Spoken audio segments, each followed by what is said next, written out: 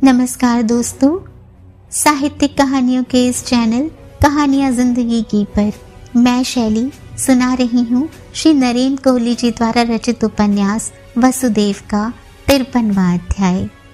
आगे बढ़ने से पहले आप सबसे अनुरोध है कि अगर चैनल पर पहली बार आए हो या अब तक ना किया हो तो चैनल को सब्सक्राइब करना बिल्कुल ना भूलें। आइए सुनते हैं। नंद ने मथुरा से बाहर के खुले क्षेत्र में यमुना तट पर अपना डेरा डाला था। वहां एक प्रकार का अस्थाई स्कंदावार ही बस गया था। रोहिणी भी वहीं रुकी थी। अक्रूर ने सारा प्रयत्न कर लिया, किंतु कृष्ण, बलराम, नंद और रोहिणी को छोड़कर कहीं नहीं गए। अगले दिन धनुर्यज्ञ स्थल पर मिलने का वचन देकर उन्होंने अक्रूर को विदा कर दिया। बाध्य होकर अक्रूर कंस को कृष्ण बलराम के आने की सूचना देने चला गया। रोहिणी के सारथी अश्रुपाल ने उन्हें प्रणाम किया। क्या बात है अश्रुपाल? स्वामिनी, वह बोला, अब हम मथुरा आ ही गए हैं तो मैं आपको अपना परिचय भी दे दूं। रोहिणी ने चकित भाव से देखा। परिचय? तुम मेरे सारथी अश्रुपाल नहीं हो? वह तो हूं ही, किंतु स्वामिनी मैं आर्य वसुदेव का पुराना सेना नायक वीरभद्र भी हूं। वह बोला, उनके आदेश के अनुसार मैं आपकी सुरक्षा के लिए आपका सारथी बनकर आपके निकट रह रहा था। ओह, तो स्वामी कारागार से भी हमारी रक्षा का प्रबंध कर रहे थे? रोहिणी चकित थी। तो अब गोप सेना के इस स्कंधावार में आप सुरक्षित हैं। यदि आपकी अनुमति हो तो मैं मथुरा में जाकर अपने साथियों से संपर्क साध लूं। संभव है कि कल हमें शस्त्र उठाने पड़े। रोहिणी ने क्षण भर में ही विचार कर लिया था। जाओ, तुम भी अपने व्यूह की रचना कर लो।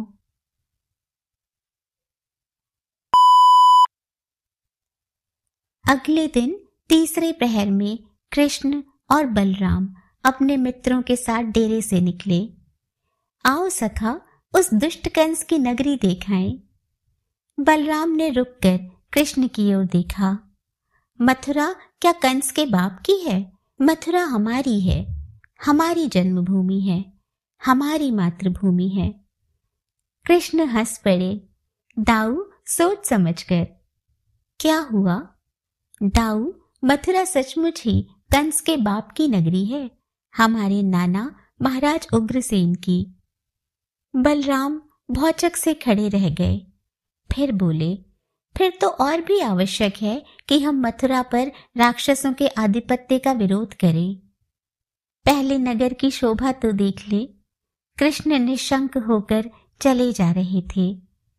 वे नगर में अपनी इच्छित दिशा और स्थान से प्रवेश नहीं कर सकते थे। चारों ओर चौड़ी और गहरी खाई थी और उसके पश्चात एक ऊंचा और दृढ़ परकोटा। प्रवेश तो नगर द्वार से ही हो सकता था। वे लोग गोपुर से तोरण की ओर आए। नगर द्वार के दोनों ओर सशस्त्र सैनिक सन्नद्ध खड़े थे, किंतु किसी ने उन्हें टोका नहीं। वस्तुतः सैनिक किसी से भी कुछ कह सुन नहीं रहे थे। नगर में राजा ने धनुष यज्ञ का आयोजन किया था। अपनी सारी प्रजा को आमंत्रित किया था कि लोग आकर इस अवसर पर होने वाले समारोहों में भाग लें, उनका सुख उठाएं। यह तो राजा का अपनी प्रजा के सम्मुख अपने वैभव और अपनी शक्ति का प्रदर्शन था। ऐसे में रोक टोक कैसी? कृष्ण बलराम देख रहे थे कि मथुरा के नागरिकों से अधिक तो नगर के बाहर से आने वाले दर्शनार्थियों का रेला था। पथों और हाटों में विचित्र प्रकार की भीड़ थी। अटारियों पर जाने क्यों महिलाएं लटकी पड़ रही थीं। वे हाटों और पथों की भीड़ को देखने को इतनी आकुल व्याकुल थी या किसी विशेष व्यक्ति अथवा दृश्य को देखना चाहती थी। यदि उन्हें कृष्ण बलराम के आने का समाचार मिल गया था तो बहुत संभव था कि वे उन्हें ही देखने के लिए लटकी पड़ी थी। किंतु उनके आने का समाचार अभी कहाँ मिला होगा। अभी तो उन्होंने नगर में प्रवेश ही किया था। ऐसा कोई कौतुक तो किया ही नहीं था जिसका कोई समाचार बनता और मथुरा की नागरियों तक पहुंचता। मुझे लगता है कि मथुरा में लोगों को वस्त्रों, आभूषणों और खान पान के अतिरिक्त किसी पदार्थ में रुचि ही नहीं है। सारे हाट इन्हीं पदार्थों से अटे पड़े हैं। सुबल ने कहा। नगर है भाई, कोई तुम्हारा गोकुल या ब्रज तो नहीं है। श्रीदामा ने उसे डांट दिया। यहाँ भी क्या दूध, दही और माखन ही दिखाई देगा। पर सुबल रुष्ट नहीं हुआ, जोर से हंस पड़ा। क्या गंवारों के समान हंस रहा है?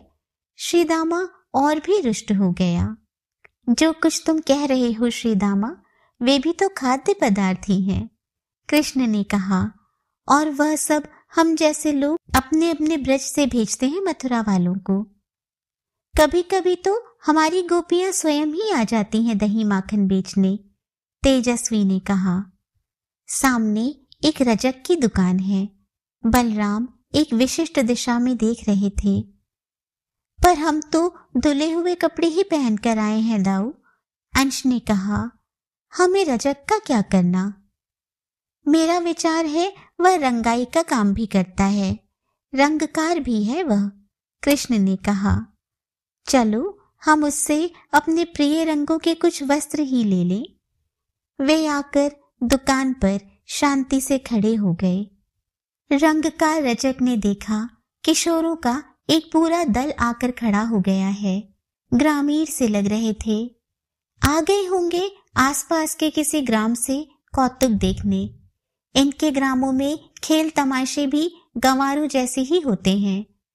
महाराज को भी जाने क्या सूझा कि सारी प्रजा को जुटा लिया। अब कौन निपटेगा यहाँ इन गंवारों से? उसने एक उचटती सी दृष्टि डाली। वेशभूषा चाहे वही थी, किंतु दो किशोर अपने रूप रंग के कारण सारी भीड़ में भी आकर्षक लग रहे थे। उसने अपनी दृष्टि हटा ली। इनका क्या है, खाने पीने को अच्छा मिलता है, दिन भर खेलते कूदते रहते हैं। कोई चिंता नहीं, कोई आशंका नहीं, कोई संकट नहीं, मस्त रहते हैं। रूप रंग से तो अच्छे हो जाते हैं, किंतु मस्तिष्क में तो गोबर ही भरा होता है ना। क्या है? उसने अपने काम में व्यस्त दिखने का अभिनय करते हुए बिना उनकी ओर देखे ही पूछा। हमें अपनी रुचि के कुछ वस्त्र चाहिए, कृष्ण ने कहा। रंग हमें प्रीतिकर लगने चाहिए। जाओ जाओ, रजक ने बिना उनकी ओर देखे ही छिड़क दिया। गांव गवई का धोबी समझ रखा है क्या? आकर खड़े हो गए। वस्त्र चाहिए। रहते हो पर्वतों और वनों में, लूट मारकर अपनी आजीविका चलाते हो। वहां क्या ऐसे ही वस्त्र पहनते हो? वहां ऐसे वस्त्र मिलते नहीं। बहुत उद्दंड हो गए हो, तभी तो ऐसी बातें कर रहे हो। अब तुम्हें राजा का धन लूटने की इच्छा हुई है? अरे मूर्खों, भाग जाओ। यदि अभी कुछ दिन और जीवित रहने की इच्छा है तो फिर इस प्रकार वस्त्र मत मांगना। नहीं तो राजकर्मचारी तुम्हारे समान उच्छृंखलों को बंदी कर लेते हैं, मार डालते हैं और जो कुछ उनके पास होता है उसे छीन लेते हैं। उसने पहली बार अपनी दृष्टि उठाई। जानते भी हो, ये वस्त्र महाराज कंस के लिए है। इन पर तुम्हारी दृष्टि भी पड़ जाए तो ये मैले हो जाएंगे। अंटी में फूटी कौड़ी ना हो, किंतु महाराज के वस्त्र क्रय करेंगे। बलराम की आंखें लाल होने लगी थी। कृष्ण उन्हें देखकर मुस्कुराए। धैर्य रखिए दाऊ। सुनो भद्र पुरुष, कृष्ण ने रजक से कहा। ग्रामीण हम हैं, किंतु गंवार तुम हो। शालीनता से अपने ग्राहकों से बात भी नहीं कर सकते तुम। नगर में रहते हो, किंतु नागरिक नहीं हो, दस्यु लगते हो। राजा राक्षस हो तो प्रजा दस्यु हो ही जाती है। क्या? रजक की आंखें उसके माथे पर चढ़ गईं। क्या कहा?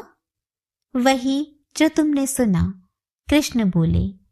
और अभी और सुनो, हम तुमसे वस्त्र क्रय करने नहीं आए। हमें तो जो वस्त्र प्रिय लगेंगे हम चाहेंगे कि तुम उन्हें हमें भेंट में दे दो। क्यों, तुम में ऐसी क्या विशेषता है कि मैं राजा के वस्त्र तुम्हें भेंट कर दूं? क्योंकि राजा ने यह सारा धन प्रजा से ही लूटा है। जैसे वह प्रजा का रक्त पी रहा है वैसे ही प्रजा का धन भी लूट रहा है। कृष्ण बोले, हमारा धन है, हमें लौटा दो। क्या? रजक का विचार तत्व ध्वस्त हो गया। मस्तक में धुआं ही धुआं भर गया। एकदम ही छुट्टे छोकरे हो, कोई बंधन नहीं। राजा के वस्त्र लूट लेना चाहते हो। अभी शायद जानते नहीं हो कि महाराज के सैनिकों को तनिक भी भनक पड़ गई तो क्या होगा? जानते नहीं हो, मथुरा में खड़े हो। यहाँ के आरक्षियों को महाराज की ओर से पूरी छूट है कि जिसको चाहे लूट ले, जिसको चाहे बंदी कर कारागार में डाल दे। फिर इतना पीटेंगे कि हल्दी चूना भी कुछ नहीं कर पाएगा, कहीं परिवाद भी नहीं कर पाओगे। तुम जानते नहीं हो मथुरा के आरक्षियों को। सुन लिया, पर एक बात बताओ कि आरक्षी ही लुटेरे हो गए हैं तो प्रजा की रक्षा कौन करता है? कृष्ण ने बहुत मधुर ढंग से पूछा। प्रजा की रक्षा कोई नहीं करता, उसके लिए तो बस आकाश में बैठे प्रभु ही हैं। तो आरक्षी किसके लिए हैं? महाराज और उनके पक्षधर लोगों के लिए, उनके मित्रों के लिए, उनके संबंधियों के लिए। रजक बोला, तुम जैसे दस्युओं के लिए नहीं। तुम अभी उन्हें जानते नहीं हो। नहीं, हम उन्हें नहीं जानते। कृष्ण मुस्कुराए, किंतु वे लोग भी हमें नहीं जानते और तुम उन्हें जानते हो, इसीलिए आवश्यक है कि तुम हमें भी जान लो। जान पहचान अच्छी रहती है। तुम क्या राजा के साले लगते हो कि तुम्हें जान लूं? नहीं, राजा हमारे पिता का साला है। कृष्ण मुस्कुराए, मामा है हमारा। रजक का चेहरा क्रोध से लाल हो गया। अपने जीवन से रूठ गए लगते हो। अभी बुलाता हूं सैनिकों को, 2 क्षण भी नहीं लगेंगे और तुम्हें जीवित व्यक्तियों से शव में बदल देंगे और जो कुछ तुम्हारे पास है सब लूट लेंगे। तो यह व्यवहार है मथुरा वालों का। इसे कहते हैं सभ्य नागरिकों का व्यवहार। जी, रजक गर्व से मुस्कुराया। नानी याद आ जाएगी, सारी हेकड़ी भूल जाओगे। कृष्ण मुस्कुराए, तो फिर हम भी मथुरा वालों के समान ही व्यवहार करते हैं। तुम्हें शव में बदलते हैं, 2 क्षण भी नहीं लगेंगे और फिर तुम्हारा सब कुछ लूट लेते हैं। तब तो हम गंवार नहीं रहेंगे ना? तुम्हारा यह साहस! रजक पूरे जोर से बोला। तुमने क्या कहा था? प्रजा की रक्षा कौन करता है? आकाश पर बैठे प्रभु। कृष्ण बोले, कंस को बता दो कि वह आकाश से पृथ्वी पर आ गया है। कृष्ण ने एक चांटा मारा और रजक के कंठ से चीख भी नहीं निकल पाई। उठाओ भाई, जिसे जो भाई, कृष्ण बोले, और जो किसी को नहीं चाहिए उसे यहीं छोड़ दो।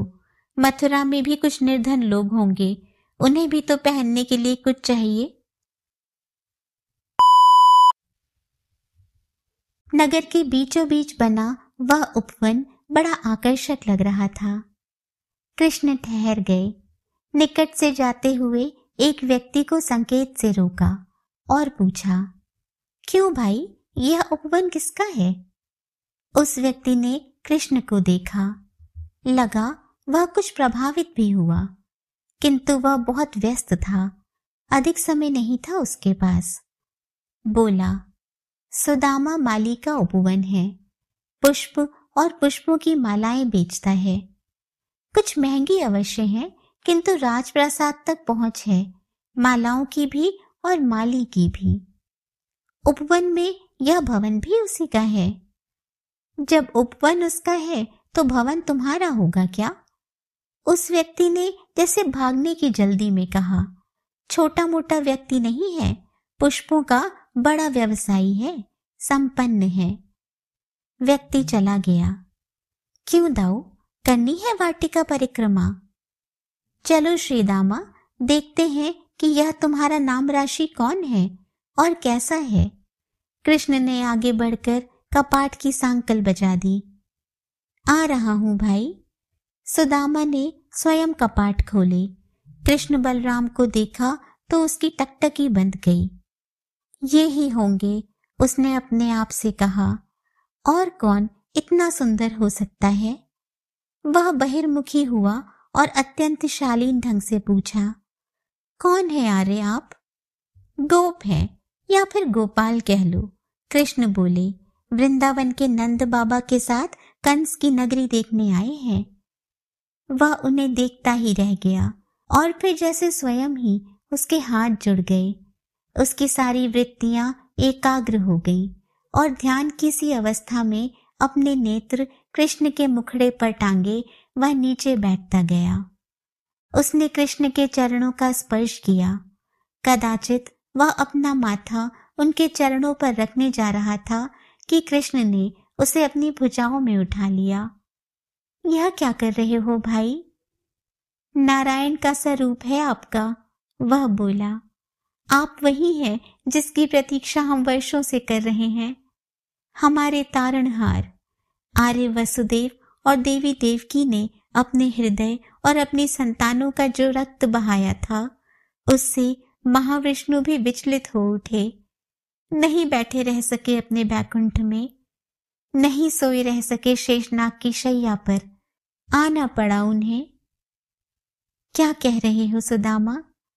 ठीक कह रहा हूं प्रभु, बलिदान व्यर्थ नहीं जाता, वह बोला। आप बैठिए तो।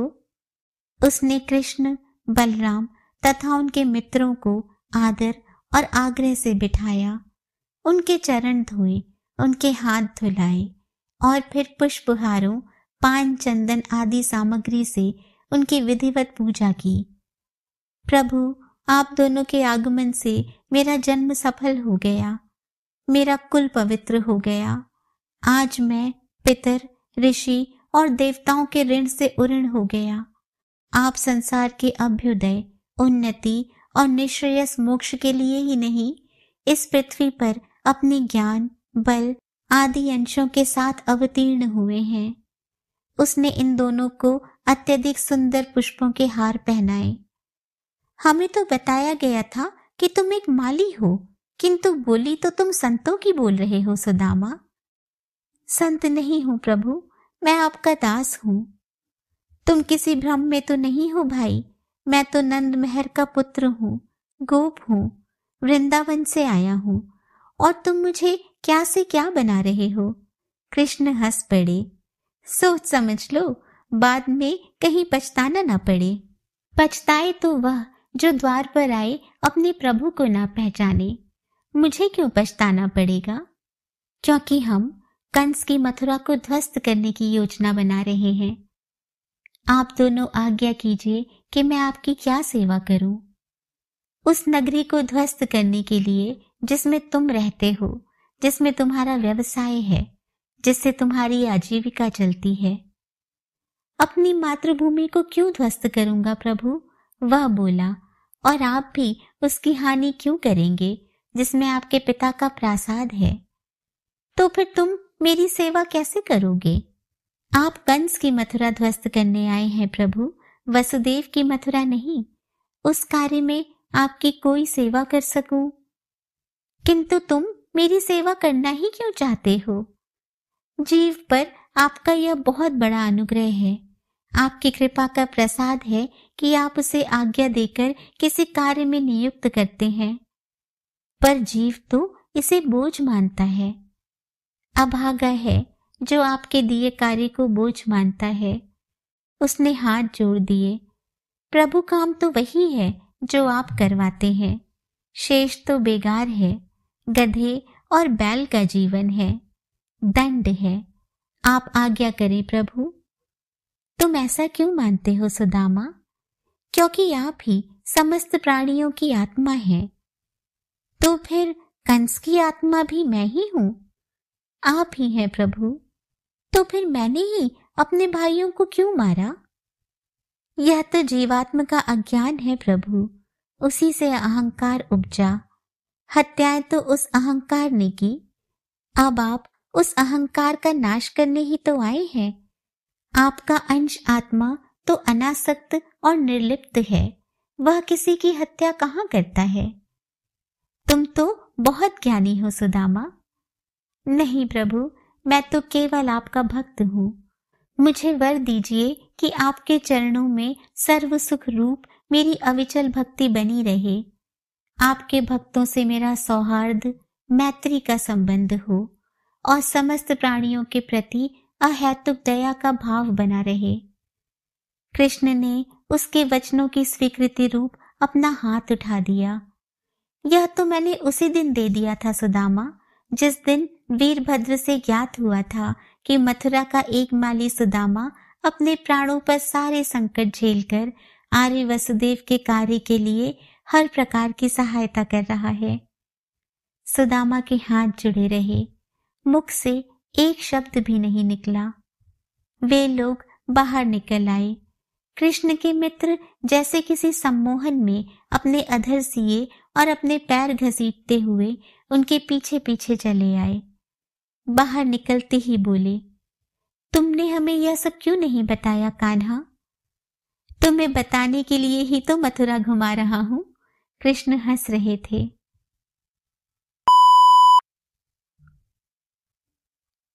राजमार्ग पर पर्याप्त भीड़ थी। उस युवती को चलने में कुछ कठिनाई अवश्य थी, किंतु लोग बड़ी शालीनता से उसे मार्ग दे देते थे। भानु ने उस ओर संकेत किया, कान्हा, इसे देखना, यह मथुरा के लोगों की करुणा है, उनकी शालीनता है या किसी प्रकार का भय है। कृष्ण ने उसे देखा। वह वरानना थी, किंतु शरीर से कुबड़ी थी। वे कुछ और निकट आए।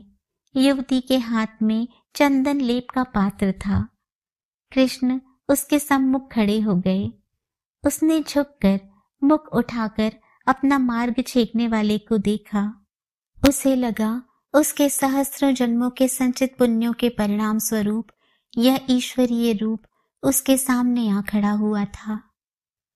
मार्ग रुद्ध करने वाले, जानते भी हो कि किसका मार्ग छेक रहे हो? उसका स्वर कोमल और मधुर था, भंगिमा में स्नेह भाव था। धमका रही हो? बलराम कुछ आगे बढ़े। कृष्ण ने हाथ के संकेत से उन्हें रोक दिया और बोले, नहीं जानते, सचमुच नहीं जानते वरानने। हम मथुरा के नागरिक नहीं हैं। वृंदावन से नंद महर के साथ आए कुछ गंवार हैं हम। बताओ, हम किस सुंदरी का मार्ग छेक रहे हैं? एक उपटन बेचने वाली का, श्रीदामा ने कहा। नहीं, वह मंद मंद मुस्कुराई। वैसे हाथ में तो तुम्हारे चंदन का लेप ही है। कृष्ण बोले, यह उत्तम चंदन तथा अंगराग हमें भी दो। इस दान से तुम्हारा कल्याण होगा। हूं तो मैं उपटन लगाने वाली सैरंध्री ही। लोग मुझे कुब्जा भी कह देते हैं, यद्यपि मेरा नाम त्रिवक्रा है। बड़ा अत्याचार करते हैं कि त्रिवक्रा को कुब्जा कह देते हैं। अंश हंसकर बोला, त्रिवक्रा को तो त्रिवक्रा ही कहना चाहिए। मैं महाराज कंस की प्रिय दासी हूँ। उनके यहाँ चंदन और अंगराग लगाने का काम करती हूँ। तो तुम तो मथुरा की राज कर्मचारी हो। श्रीदामा के स्वर में उपहास हंस रहा था। पुरुष होती तो हम तुम्हें राजपुरुष कहते, देवप्रस्थ ने जोड़ा। तो अब कह लो, तुम्हें रोका है किसी ने? वह कृष्ण की ओर मुड़ी। वैसे तो यह उपटन राजप्रासाद के लिए है, किंतु आप दोनों से बढ़कर इसका और कोई उत्तम पात्र हो ही नहीं सकता। उसने वह अंगराग दोनों भाइयों की ओर बढ़ा दिया। कृष्ण के सखा स्तब्ध रह गए। कुब्जा ना तो क्रोधित हुई थी, ना उसने उन्हें राजा का भय दिखाया था, किंतु कृष्ण मगन थे। उन्होंने वह चंदन अपने वक्ष पर लगाकर शेष बलराम की ओर बढ़ा दिया। तुम कहती हो त्रिवक्रा कि तुम कंस की प्रिय दासी हो, किंतु यह नहीं बताया कि कंस भी तुम्हारा प्रिय राजा है या नहीं। त्रिवक्रा का चेहरा जैसे पीला पड़ गया। ऐसा क्यों पूछते हो प्रियदर्शन? क्यों इस अबला को संकट में डालना चाहते हो? यहाँ राजपथ पर मेरे मुख से कुछ निकल गया तो मेरे इस कवच के होते हुए भी कंस मेरा सर्वनाश कर देगा। कौन सा कवच? कृष्ण ने पूछा। मेरे शरीर के 3 वक्र, वह बोली। तुम्हारे शरीर के ये वक्र कंस के खड्ग को रोक लेंगे या ये तुम्हें सूली पर चढ़ने से बचा लेंगे? नहीं, ये मुझे कंस की काम बुभुक्षा से बचाते रहे हैं, वह बोली। वह कहता रहा है, चंद्रमुखी, तुम्हारा आनंद देखता हूं तो मेरे तन में अग्नि भड़क उठती है, किंतु तुम्हारे शरीर का आकार उस अग्नि पर जल की वर्षा कर देता है। तुम्हें मेरे हृदय और अंतःपुर की पटरानी होना चाहिए था, किंतु तुम्हारे शरीर का यह बांकापन। तो सुंदरी, तुम कंस की वेतनभोगी कर्मचारी हो, हृदय से उसकी दासी नहीं हो, कृष्ण ने कहा। त्रिवक्रा ने घबराकर आसपास देखा, कहीं कोई सुन तो नहीं रहा। घबराओ मत, कृष्ण मुस्कुराए। मैं उसके लिए कोई संकट खड़ा नहीं करूंगा जिसने देवी देवकी को सूचना दी थी कि उनकी सेवा करने वाली दासी पूजा कंस की गुप्तचर वासना है। त्रिवक्रा का मुख आश्चर्य से खुल गया। तुम कौन हो श्याम? कहीं तुम वासुदेव तो नहीं? मैंने कहा था देवी, यह अंगराग हमें दे दो, तुम्हें इस दान का तत्काल लाभ होगा, कृष्ण बोले। तुमने अंगराग दे दिया, मेरे वचनानुसार अब तुम्हें उसका तत्काल लाभ होना चाहिए ना। त्रिवक्रा कृष्ण को देखती ही रह गई। कृष्ण ने अपने दाहिने चरण से कुब्जा के दोनों पैरों के पंजे दबा दिए और अपनी 2 उंगलियां उसकी ठोड़ी से लगाईं। त्रिवक्रा की आंखें कृष्ण के नयनों में समा जाने का प्रयत्न कर रही थीं, जैसे उसकी आत्मा को कृष्ण अपनी ओर खींचते ही जा रहे हो। किंतु कृष्ण की ऐसी मोहिनी थी कि त्रिवक्रा को कुछ स्मरण ही नहीं रहा। उसकी चेतना जाने किस लोक में जा बैठी थी। तभी कृष्ण ने उसके शरीर को तनिक उचका दिया। यह उचकना त्रिवक्रा के लिए वरदान हो गया। उसने देखा उसके सारे अंग सीधे और समान हो गए थे। वक्रता का कहीं कोई पता नहीं था। वह एकदम सीधी खड़ी कृष्ण की आंखों में देख रही थी। तुम वासुदेव ही हो ना श्याम? अब तुम मुझे कठिनाई में डालोगी, कृष्ण बोले। कंस के सैनिकों ने सुन लिया तो? तुम्हें कुछ नहीं होगा तारनहार, त्रिवक्रा मुक्त भाव से बोली। किंतु अब कंस की काम ज्वाला से मुझे कौन बचाएगा? मेरा कवच तो तुमने नष्ट कर दिया। वह अपने समृद्ध नितंबों और पीन पयोधरों को देख रही थी। कंस का अंत निकट है त्रिवक्रा। तुम जैसी सारी नारियां इस आतंक से शीघ्र ही मुक्त होगी। त्रिवक्रा का चेहरा खिल उठा। मेरे घर चलो तारनहार, मुझे एक बार अपने आतिथ्य का अवसर दो। वचन देता हूं कि अपना लक्ष्य पूरा कर एक बार तुम्हारे घर अवश्य आऊंगा, कृष्ण ने कहा। आवश्यकता पड़ी तो उससे पहले भी आ सकता हूं, किंतु अभी क्यों नहीं? नहीं जानती? कृष्ण के अधरों पर असाधारण माधुरी थी। अभी मथुरा का पुण्य और धर्म कंस के कारागार में बंदी है और वह राक्षस कंस अभी जीवित है। बलराम के नेत्र लाल हो रहे थे। आज तुम कंस के सम्मुख जाओगी, कृष्ण बोले। तुम्हारा रूप देखकर उसका हृदय ऐसा पिघलेगा कि वह स्वयं को संभाल नहीं पाएगा। ऐसे में तुम्हें एक काम करना है। क्या श्याम सुंदर, तुम्हें उसके पिघले हुए हृदय से सब कुछ बाहर निकाल लेना है। उसका कोई रहस्य गोपनीय न रहे। वचन देती हूं कि उससे वह भी उगलवा लूंगी जो उसकी रानियां भी कभी जान न पाई होंगी, वह बोली। किंतु क्या जानना चाहते हो प्रियदर्शन? उसके मन में कल के लिए कौन सी योजनाएं हैं, कृष्ण बोले। क्या करना चाहता है वह? तुम्हारी इच्छा पूरी होगी, वह बोली, किंतु अपना वचन मत भूलना, चलने को उद्यत कृष्ण के पग पुनः रुक गए। एक सहायता और करो, हमें धनुर्यज्ञ स्थल का मार्ग बता दो। त्रिवक्रा ने अपनी तर्जनी से संकेत किया। इस दिशा में चलते जाओ श्याम सलोने, जिस ओर सारी भीड़ जा रही होगी वही धनुर्यज्ञ का स्थल है।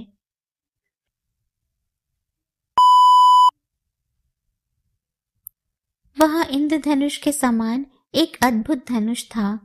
उस धनुष में बहुत सारा धन लगाया गया था, कुछ उसे कठोर बनाने के लिए और कुछ सुंदर बनाने के लिए। अनेक बहुमूल्य अलंकारों से उसे सज्जित किया गया था। उसकी पूजा हो रही थी। वेदी के चारों ओर बैठे अनेक पुरोहित पूजा में संलग्न थे।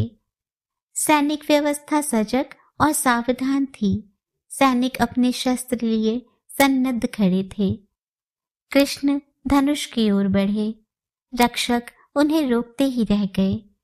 पुरोहित जब तक समझ पाते कि वे क्या करना चाहते हैं, उन्होंने धनुष को उसके स्थान से उठा लिया था। सैनिकों ने सोचा था कि कोई उत्सुक दर्शनार्थी होगा। अनेक लोग प्रदर्शित पदार्थों को बहुत निकट से देखना चाहते हैं और कुछ तो अपनी आंखों का काम भी अपने हाथों से करना चाहते हैं, स्पर्श के बिना, जैसे वे किसी पदार्थ को देख ही नहीं पाते। फिर भी दर्शनार्थियों को रोकना उनका काम था। वे इसी काम के लिए वहां नियुक्त किए गए थे। ऐसे में यदि कोई भी सामान्य पथिक आए और महाराज कंस के इस भव्य धनुष को छू जाए तो फिर सैनिकों की सार्थकता ही क्या और उनकी शासनीय सत्ता का अर्थ ही क्या। जब तक सैनिक निकट आकर कृष्ण को रोकते या पकड़ते, उन्होंने धनुष की प्रत्यंचा चढ़ाई और खींचकर बाण का लक्ष्य उन सैनिकों को ही बना डाला। सैनिकों के लिए यह सर्वथा अकल्पनीय था कि कोई दर्शक आए और धनुष को उन पर ही तान दे। उनकी सावधानी ने उनके पग रोक दिए। उन्हें स्वयं को बचाना भी था और इस आगंतुक को पकड़ना भी था। जाने वह कौन था और किस उद्देश्य से आया था। उन्होंने कृष्ण को घेर कर एक वर्तुलाकार व्यूह की रचना कर ली थी। अब उन्हें अपने इस घेरे को समेटते भर जाना था और वह अपरिचित दर्शक उनकी मुट्ठी में होगा। किंतु उसके हाथ में धनुष था। धनुष भी साधारण नहीं था। उसकी प्रत्यंचा खिंची हुई थी और अपने लक्ष्य को भेदने के लिए बाण उड़ने को तैयार था। वह किसी एक के प्राण तो ले ही सकता था। उन्हें अपने नायक का संकेत मिला और उन्होंने सहसा ही कृष्ण पर एक साथ हल्ला बोल दिया। किंतु कृष्ण भी असावधान नहीं थे।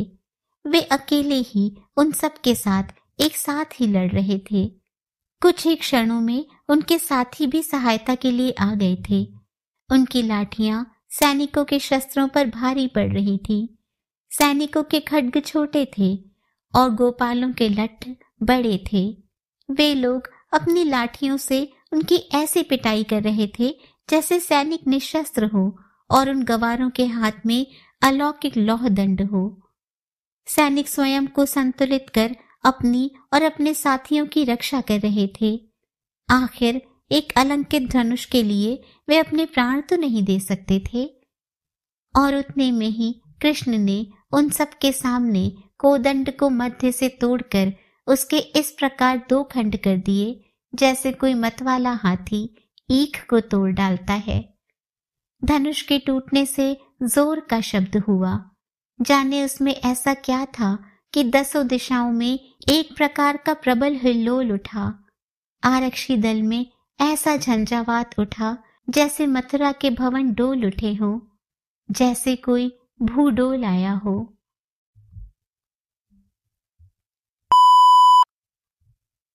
कंस अपने प्रासाद में था। कोलाहल ऐसा था कि उसे अपने प्रासाद की दीवारें हिलती लगी। वह बाहर निकल आया। यह क्या हो रहा है? भूचाल आया है क्या? उसका स्वर पर्याप्त भयभीत था। महाराज, भूचाल नहीं आया है, ना ही आकाश में मेघ गर्जना हुई है। धनुर्यज्ञ स्थल की दिशा से ही यह भयंकर शब्द आया है। मागध सेनापति ने कहा, तो मेरे प्रासाद की दीवारें क्यों कांप रही हैं? आपके प्रासाद की दीवारें भूचाल नहीं हिला रहा, यह तो आपकी प्रजा का चीत्कार है। तो यहाँ खड़े खड़े दर्शन मत भगारो, कंस चिल्लाया। जाओ, जाकर देखो मूर्खों कि क्या हुआ है। कोई दुर्घटना तो नहीं घट गई? यहाँ अपने खड्ग लिए प्रदर्शनी के पुतलों के समान क्यों खड़े हो? महाराज, इन खड्गों का ही प्रताप है कि आपकी प्रजा का चीत्कार इन प्राचीरों के बाहर बंदी है, नहीं तो वह कब का इन प्राचीरों को फांद कर भीतर आ चुका होता। प्रलाप बंद करो, जाओ, जाकर देखो कि क्या हुआ है। इस समय आपकी सुरक्षा और भी आवश्यक है, मागध सेनानायक ने कहा। हम चले गए तो शत्रु इस दिशा में भी बढ़ सकता है। कंस आपे से बाहर हो गया। तुम समझते हो कि मैं तुम्हारे भरोसे ही जीवित और सुरक्षित हूँ? मैं अपनी रक्षा स्वयं कर सकता हूँ। खड्ग मेरे पास भी है। खड्ग तो वसुदेव के पास भी है महाराज। कंस स्तब्ध खड़ा रह गया। और यह सूचना भी आ चुकी है कि अक्रूर नंद और उसके पुत्र को मथुरा ले आया है। उनके साथ बलराम भी है, जिसे देवकी का 7वां पुत्र माना जा रहा है। सेनानायक ने कहा, वे लोग इस समय नगर में ही हैं और कहीं न कहीं से उत्पात का समाचार आ रहा है। मैं किसी प्रकार का कोई संकट मोल लेना नहीं चाहता। इसमें संकट की क्या बात है? संभव है कि यह सारा कोलाहल इसीलिए उत्पन्न किया गया हो कि आप हम सब लोगों को उस दिशा में भेज दें और वे लोग प्रासाद में घुस आएं। यह खेल तमाशा नहीं, किसी चतुर सेनानायक की युद्ध नीति हो सकती है। जब इतना कुछ सोचता है तू, कंस आकाश के समान फट पड़ा, तो यहाँ खड़ा मूर्खों के समान अपनी आशंकाएं क्यों भगा रहा है? शत्रु की गतिविधि की सूचना हमें मिलनी चाहिए। तीव्रगामी अश्वरोहियों को भेजो, वे जाकर पता करें। कुछ वाहिनियां और भेजो जो यज्ञ स्थल के रक्षकों की सहायता कर सके। यदि वे कृष्ण बलराम वहां हो तो हमारी वाहिनियां या तो उन्हें बांध ले अथवा उनका शिरोच्छेद कर दे। जो कार्य कल होना है वह आज ही संपन्न हो जाए। सेनानायक चला गया। जाते हुए उसने कंस को प्रणाम भी नहीं किया। उसने अपने सैनिकों को आवश्यक निर्देश दिए और 2 वाहिनियां अपने साथ लेकर प्रस्थान कर गया।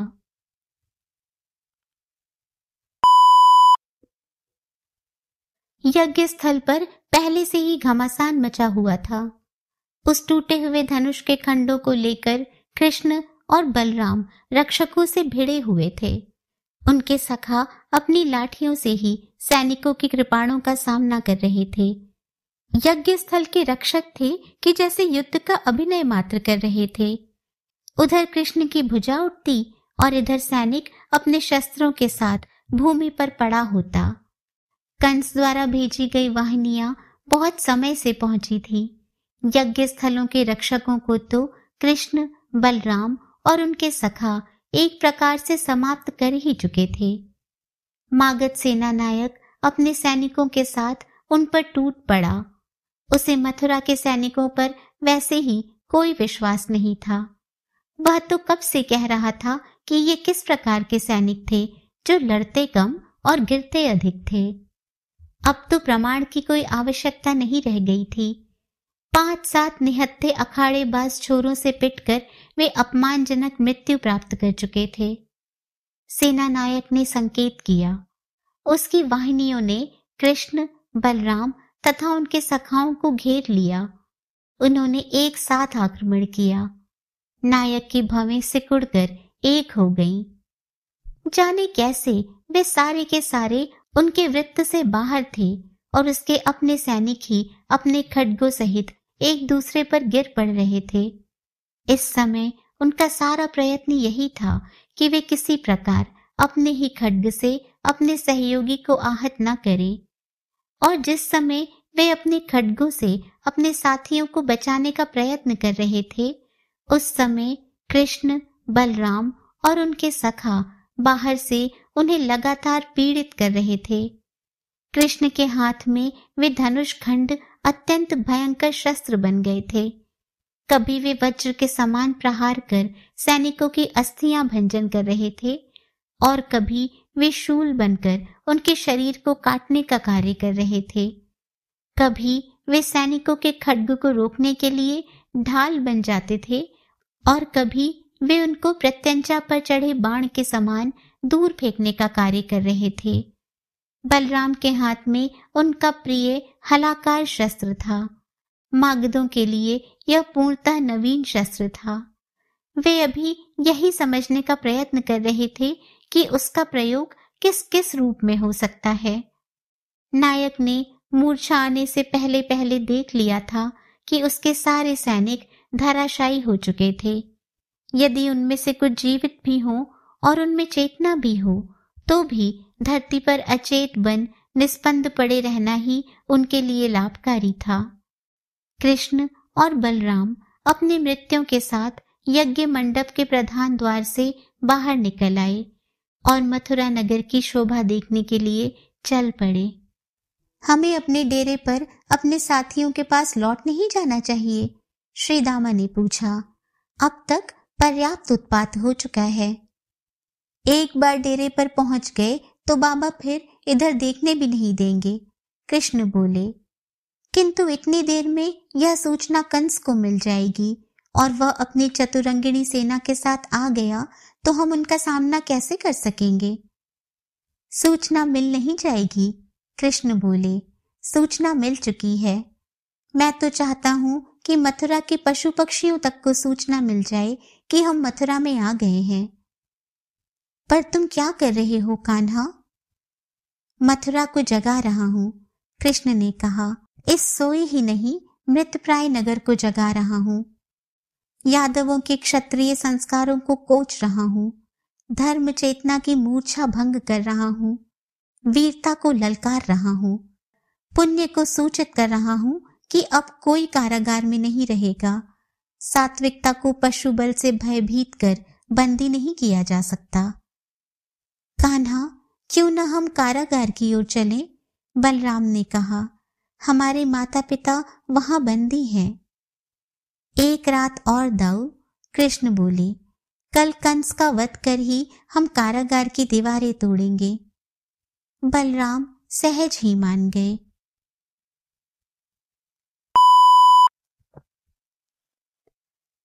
वे मथुरा के हाटों, पथों और वीथियों में विचरण करते रहे, किंतु आश्चर्य की बात थी कि शासन की ओर से न कोई दंडधर, न आरक्षी और न ही कोई सैनिक उन्हें रोकने अथवा बंदी करने आया। प्रशासन को जैसे सांप सूंघ गया था। सब ओर भीड़ थी। उनके कहीं पहुंचने से पहले ही उनकी ख्याति वहां पहुंच जाती थी, जैसे वह उनके आगे आगे चल रही हो। लोग उनको देखने को एकत्रित हो रहे थे। स्त्रियां अटारियों पर झुकी पड़ रही थीं। अनेक स्थानों पर लोगों ने जय जयकार भी किया, तिलक किया, मालाएं पहनाई। प्रजा में कंस का जो भय व्याप्त था वह तो मारा गया दाऊ, कृष्ण ने कहा। अब वह अकेला ही है। कल या तो उसे हम मार डालेंगे अथवा उसके अपने हृदय का भय ही उसका श्वास अवरुद्ध कर देगा। और यदि उसने अपने मित्रों से रातों रात उनकी सेनाएं मंगा ली, श्री दामा ने कहा। यदि मथुरा के यादव निर्भीक हो जाएं, तो कोई सेना उनका कुछ नहीं बिगाड़ सकती, कृष्ण बोले। न्यायी जनता जब अपना भय त्याग देती है तो स्वयं अपने आप में ही सर्वशक्तिमान होती है। सूर्यास्त के पश्चात वे लोग अपने डेरे पर पहुंचे, जहां उनके शकट एक व्यूह बनाकर खड़े किए गए थे। उन्होंने देखा नंद कुछ चिंतित थे। रोहिणी उनसे भी कुछ अधिक चिंतित थी। बहुत देर कर दी। मैं तो कब से तुम्हारे लिए खीर बनाकर बैठी हुई हूं। रखी है ना, खा तो नहीं ली? तुम लोगों को खिलाए बिना कैसे खाती? तो लाओ माँ, खिलाओ। कृष्ण बैठ गए। और बाबा, किसी को अक्रूर काका के घर भेजिए। अब मथुरा में जो भी आए छुपकर अंधकार में जाए और अपना परिचय गुप्त रखे। अक्रूर से क्या काम है कान्हा? यदि वे जानते हो और बताना उचित समझे तो बता दे कि कल के लिए कंस की क्या योजना है। कृष्ण ने कहा, एक व्यक्ति सुदामा माली के घर भी चला जाए और किसी समझदार व्यक्ति को त्रिवक्रा के घर भी भेज दीजिए। वहां तो तुम ही चले जाओ कान्हा, बलराम बोले, अपना कलेजा निकाल कर रख देगी तुम्हारे सामने। मैं चाहता हूं अभी उसका कलेजा उसके वक्ष में ही सुरक्षित रहे। कृष्ण हंसे, बाबा, कंस के मन में क्या है इसे उससे अधिक और कोई नहीं जान सकता। आज उसका रूप देखकर कंस स्वयं को रोक नहीं पाएगा, वह सब कुछ उगल देगा उसके सामने। त्रिवक्रा ने अवश्य ही उससे सब कुछ उगलवा लिया होगा, पर उसके पास मुझ तक सूचना भिजवाने का कोई साधन नहीं है। कोई जाएगा तो वह सब कुछ बता देगी, तब हमारे लिए कुछ भी गोपनीय नहीं रह जाएगा।